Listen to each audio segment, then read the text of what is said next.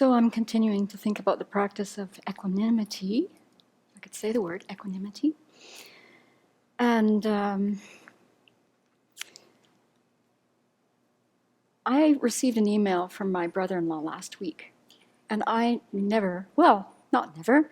rarely get an email from him. And I was a little bit nervous that he was sending me a link to a Saturday Night Live talk that I'd be tempted to watch because this is his favorite show.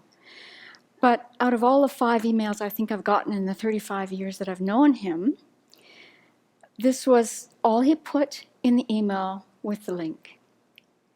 He said, "Don't we need a break from all the news that we encounter? Here's something that you might enjoy. Cheers." So I opened up the link. And it's a very touching story. And it is, do you need a break from the news? I need a break from the news. So this is a very sweet story. It hails from the Western Isles of Scotland. It may even make our Navy person cry a little bit if I tell it slowly, but maybe not. So it's a very sweet story about this woman, a stranger to us right now by the name of Melanie. So I don't think we know Melanie in the Western Isles of Scotland. And it's about this woman who is raising sheep on her farm. And as she does she's a hobby farmer. It's not really that she has to do this, but it's a hobby that she and her husband have done for a long, long time. And this past year, I don't know what you call an adult sheep. Baby sheeps, adult sheep. Anyway, a sheep gave birth, many of them. And there was one little sheep in particular that was very, very weak. It was one of triplets. And Melanie, the sheep farmer, noticed this little sheep, and it couldn't even raise its head. It couldn't stand up. And the mother sheep was ignoring it. It was just tending to the healthy other two. And so her heart went out to this little sheep, and she started caring for this little thing. She put it underneath a heat lamp. She fed it through a tube in its stomach. I don't know how you do that. And slowly, slowly, this little sheep by the name of Norman started coming around. And this bond between Melanie and the little sheep grew and grew and grew. So she's a sheep farmer. And what happens is every year, they take their sheep and calves to the meat market. So the time was coming for Melanie to take this little Norman and all the other sheep and the calves to the market. And this year, for the first time, she was having some very strong feelings about this because, I'm just telling you this story in my own words, but there's one section here that I think you'd like to hear. She said, "He was just a very affectionate wee thing. He wasn't simply interested in food, he genuinely loved my company and I loved his. I sometimes used to sit in the field and he'd come and lay down beside me and I'd just be stroking his head." We're talking about a sheep. "And some lambs just don't," they're lambs, that's what baby sheep are. "They just don't behave like that. After a while, they distance themselves and they become more independent, and he didn't.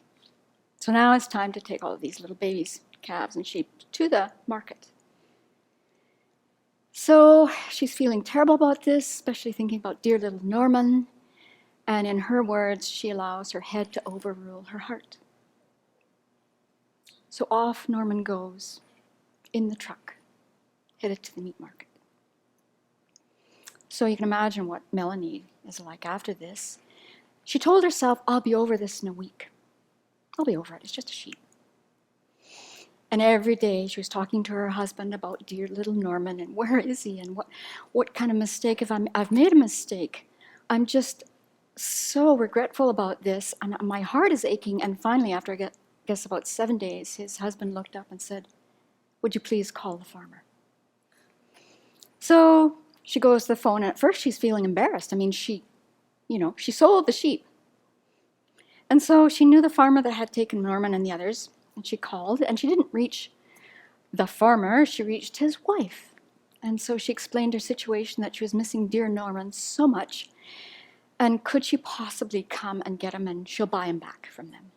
And so reaching the farmer's wife, this particular woman said, "Oh, I know exactly what you mean. I get attached to these dear little ones myself. Please come. Please come. We'll keep them for you." So she gets into her vehicle to start this 550-mile journey. 2 ferries and 5 hours of driving time. And she says, I would have driven to the ends of the earth for wee little Norman. And so she gets to the farm, and the farmer says, okay, we're going to have to go looking for Norman, because they all kind of look the same. And to her horror, they have 700 sheep in the field. So it's a rainy day, it's terrible weather, Melanie is feeling terrible, how am I going to find my little baby Norman? And they drive out in the middle of this field that's 75 acres, that's not a small plot of land. And amazingly enough, she sees one little sheep off on his own, wearing the same kind of tag that she tagged her sheep with. And for her to tell a story, she says this: she spotted a little lamb. When she stepped out of the car, she says he leapt excitedly to his feet because she's wearing the toque that she always wore, a pink toque. Now, I don't know if animals can see color. I don't know. It's a good story, though. So he came running over to me, she said, like a bullet. I just couldn't believe it. And I crouched down and I gave him a big hug, and oh, I was crying. I was so totally overwhelmed. Are you crying back there, Lassie, yet? So the farmer who was with her just kept saying, this is astonishing. I can't believe this. This is astonishing. And then he said to Melanie, you know, when you write your memoirs, you got to include this story. And so she said, oh, I'm so happy. I'll pay you anything. What do you want for little Norman? And he said, oh, please, just take it. Go home. So it's a very touching story about some strangers now that aren't strangers to us. Now we know about Melanie and the Western Isles of Scotland and Norman. And as Buddhists now, we're hoping that Melanie has had a total change of heart. Well, let's go one step at a time. So in Melanie's words, she said, you know, you learn lessons in life. And I just won't let my head, rule my heart. And I probably would have traveled to the ends of the earth to go and get Norman. Once you make that decision, you just have to go with it. So yes, I was hoping that the story would continue and we'd read that Melanie has turned her whole little operation into a farm sanctuary, you know, saving lives. But I think we have to have some compassion. People can go one step at a time. And Melanie saved the life of dear little Norman, and she's probably looking at the rest of her little sheep and calves with a totally different mindset. And maybe in the next year or so, maybe, you know, she will just tell her husband, you know what, we're not going to do this anymore. And they'll all get names, and they'll all live happily ever after. So that's a nice bedtime story. I was so grateful to my brother-in-law for sending this. He was trying to make a connection with me with this story and not sending a Saturday Night Live skit that I'm sure I would have laughed at, but it would have been just generating more of a mental state that I don't want to generate in my mind. And so I'd like to finish again with His Holiness the Dalai Lama. You heard it last time, we can't hear it enough. And he says, whenever I speak with people, I do so with the sense that I'm a member of their family. Although you and I may be meeting for the first time, I accept you as a friend.